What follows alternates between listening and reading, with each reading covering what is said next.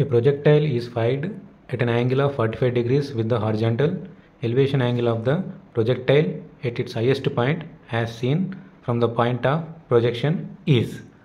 So ఇక్కడ ఏమంటున్నానంటే ఒక ప్రొజెక్టైల్ని 45 డిగ్రీస్తో మనం ప్రొజెక్ట్ చేస్తున్నప్పుడు ఎలివేషన్ అంటే హైయెస్ట్ పాయింట్ నుంచి మనం ప్రొజెక్షన్ పాయింట్ని చూసినప్పుడు ఎంత యాంగిల్ తోటి చూస్తున్నారని అడుగుతున్నాను. అంటే ప్రొజెక్షన్ యాంగిల్ 45 డిగ్రీస్, మనం ఫైండ్ అవుట్ చేయాల్సిన యాంగిల్ ఎంత? Alpha.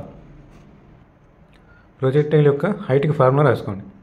h equals to u square sine square theta by 2g. So ఇక్కడ టీటా ఎంత ఇచ్చాడు?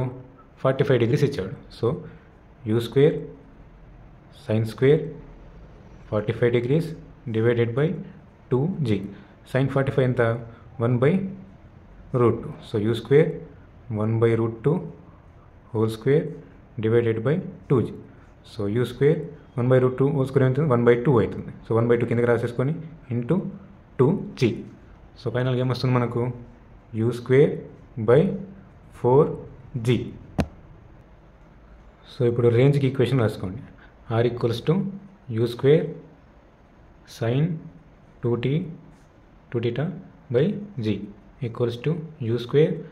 సో టీటా 45 కాబట్టి 2θ 90 అవుతుంది sine 90 by g. So sine 90 value ఎంత? 1. So u square by g.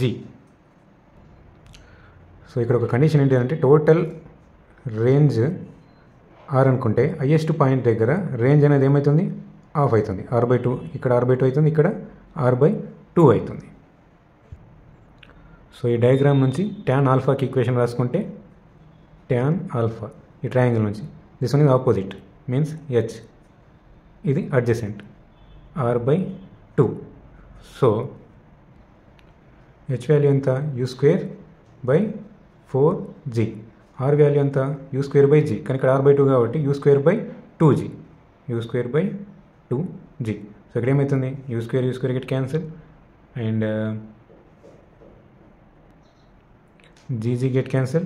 2 comes to numerator, it becomes 2/4, that is equals to 1/2.